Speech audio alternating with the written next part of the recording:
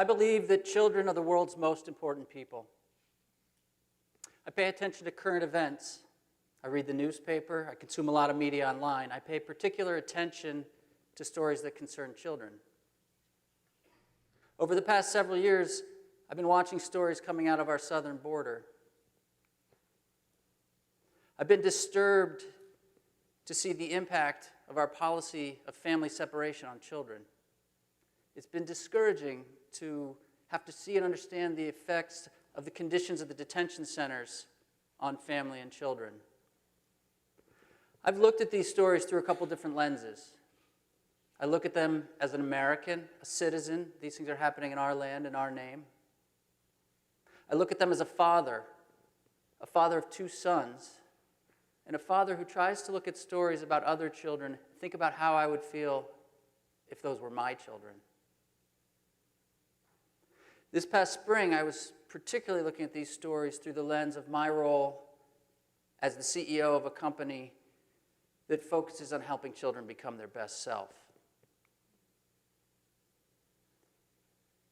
Many of you will know us from the doctor's and dentist offices. The waiting rooms of your childhood. We certainly have been there a long time. We're the home of Goofus and Gallant. We've been struggling to devise ways to help children understand the difference for right and wrong for decades.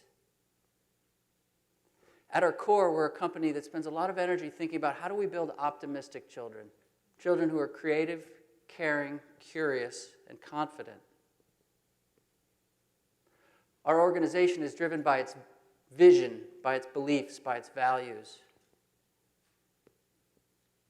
Our vision is that if we are successful, we are helping to build a more empathetic and optimistic world, a world where children can be their best selves, where children can develop a positive attitude towards themselves, positive relationships with their friends and family, and positive impact on their communities. We believe that all children deserve to have access to the resources it takes to become their best self. We believe that adults have a crucial role to play in facilitating the experiences for children that help them to become more caring, to become more curious, to become more creative and more confident. For those are the essential ingredients that can build an optimistic child who will feel empowered to make an impact on the world. We believe that all people have value, that everyone deserves dignity and respect. We believe that all of us, adults, children, we're more alike than we are different. We believe this world is a big, big place. It's bigger than you, it's bigger than me. But all of us, each and every one of us, has a role to play.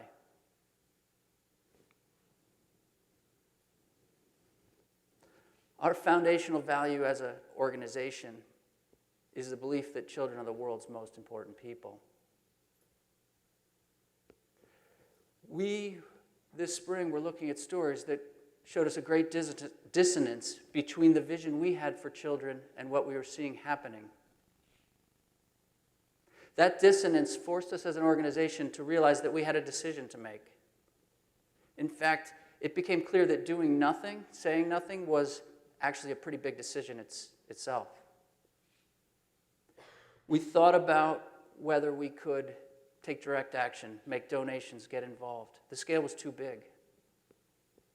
We turned to the idea that we could use our voice, our reputation, our relationships, maybe go outside our comfort zone, make a bold statement about how we viewed this situation.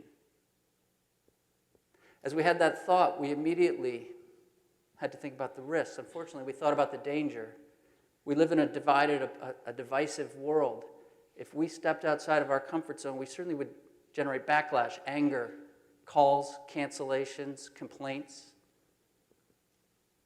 We had to think about how would our employees, our shareholders, our board, how would they feel if we tried to be bold and it misfired and we damaged our business, more importantly, damaged our ability to reach the children we tried to serve. Then we had another thought. We realized there was something much more important at stake, a much bigger risk. We realized we had a long-term risk we faced. That long-term risk was the risk that we would lose our authenticity, our integrity, our identity as a values-driven organization. So we had to do something. A final thing we thought about the value we try to teach children, and that's moral courage, to do things that are right even when they're hard. We discussed the idea that our children are watching us, whether it's this girl, whether it's the children in our communities, whether it's the children in our own homes. Children are always watching and listening to what adults say and do. So with that thought in mind, we set out to write. We'd been thinking about this for a while. We weren't starting from scratch. Our chief purpose officer put together a first draft. A group of us worked an editorial process. We debated word choice. We honed paragraphs. We created a statement we all felt comfortable with. Keep in mind, this statement was going out to our adult audiences, not to children through our products. I want to tell you a little bit about some of the key elements in our statement. We opened by making sure we had a shared definition of moral courage. We wanted to be clear that moral courage means standing up for what is right, honest, and ethical, even when it's hard. One of our values is we want children to be patriotic. We want to raise children who love our country. So it was hard for us to have to use some of the words you'll see next. We had to be clear. We were denouncing our own government. We were denouncing this practice of separating children from their families. We used strong terms saying that what was happening was unconscionable and that we were doing irreparable damage to these children, for childhood is a short, sweet season. We wanted to reframe how people looked at this. We wanted everyone to think that these are not simply the children of others. We all must collectively take accountability for the children. We knew we were putting this out into an environment, a political environment. So we were explicit in saying we're not trying to be political. We didn't have policy solutions. We were trying to make a statement about human decency, plain and simple. One of the things we closed with was a plea. We wanted to ask people to elevate the inalienable right that all children should have to feel safe and to have the opportunity to become their best selves. It seemed like something we all ought to agree on. So when we had finished writing, we looked at each other and we asked two questions. Is putting this out in the world the right thing to do? Are we going to stand by the words we've written over time no matter what? No discussion of risks. But when we answered those two questions unanimously, yes, we said, all right, let's put this out. We put it out on social media. We had warned our customer service group. They were going to get calls, complaints, cancellations. Of course they did. And we watched what happened. That first afternoon, it seemed like the responses were more positive than negative. We sort of said, okay. We went about our business. We went back to work. We went to bed. The next day we woke up and we looked at what happened. And as they say, our statement had gone viral. In the history of our company, in the history of our organization, we'd never been involved with something that had such reach and engagement on social media. We were a little bit surprised. I mean, we were gratified, we were surprised. And it turns out when something like this statement goes viral on social media, mainstream media pays attention. We weren't prepared, we hadn't anticipated that. We first got a call from the Washington Post.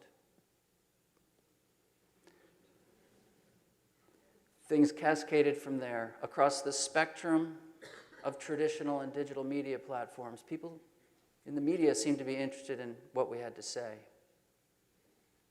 Again, we were surprised, but gratified. But we're not a company that measures its success or cares deeply about clicks, likes, views, impressions. We were curious about whether we were having an impact. First, the impact we saw that we had on individuals in social media We saw individuals posting with passion and emotion, sharing their stories as immigrants, as people with a relationship to us, and their emotional reaction at what our statement meant to them. I returned to the office and I ran into a colleague in the hall. She said to me, "Kent, I want to give you a hug. I want to give you a hug to thank you for making this statement on behalf of all of us. We're proud." We saw our employees posting and sharing in ways we'd never seen. Incredible pride. We were also fortunate enough to meet Han through this process. Han is an immigrant who came to America in the 1970s. She grew up, she learned English in a relationship with us. We were able to tell her story, share it with today's readers as told through her 9-year-old daughter, a current reader of ours. This fits our mission of trying to build in today's children an empathy and understanding of what a better immigration environment is, of what America can be. We set out to try to affect the conversation. We know from the social media reach, from the mass media reach, we know we were part of, we inspired, we participated in conversations all across the country. We also know from private communications that in the halls of power, where decisions are made, where policies are set, people were talking about our statement that week. So we believe we had an impact. We learned that in our world, our contentious and divided society, people are hungry. People are hungry for individuals and organizations to speak out about their values, to advocate for children, to speak in an optimistic way about the world we want to create. As an organization, we've become emboldened. This experience has galvanized us to think of our vision, our belief, and our values not as abstract ideas, not just as the ingredients that we try to pour into the products we make for children every day, but as a North Star, a map that could help us to find bold and new ways to try to create the world we want. We live today in a world without Mr. Rogers. We were touched when people on social media made a connection between our voice and what we had to say and with Mr. Rogers.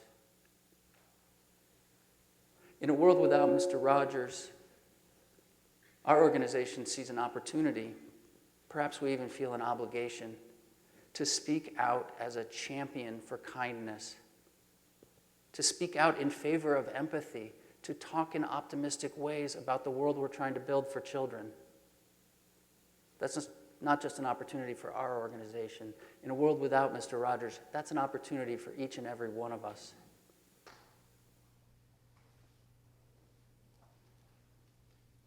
The message here today is about more than me, more than our organization, more than about immigration or a statement. I think the lesson today is about values, and that all of us, we need to understand, struggle with, define, clarify our values. Because for all of us, there will come a time we have an opportunity to make a decision related to our values. And when that opportunity comes, there will be short-term risks. There will be. Ultimately, the most important thing when making a decision about your values is to think about the long-term risks of all of us not acting in ways consistent with our values. Thank you very much.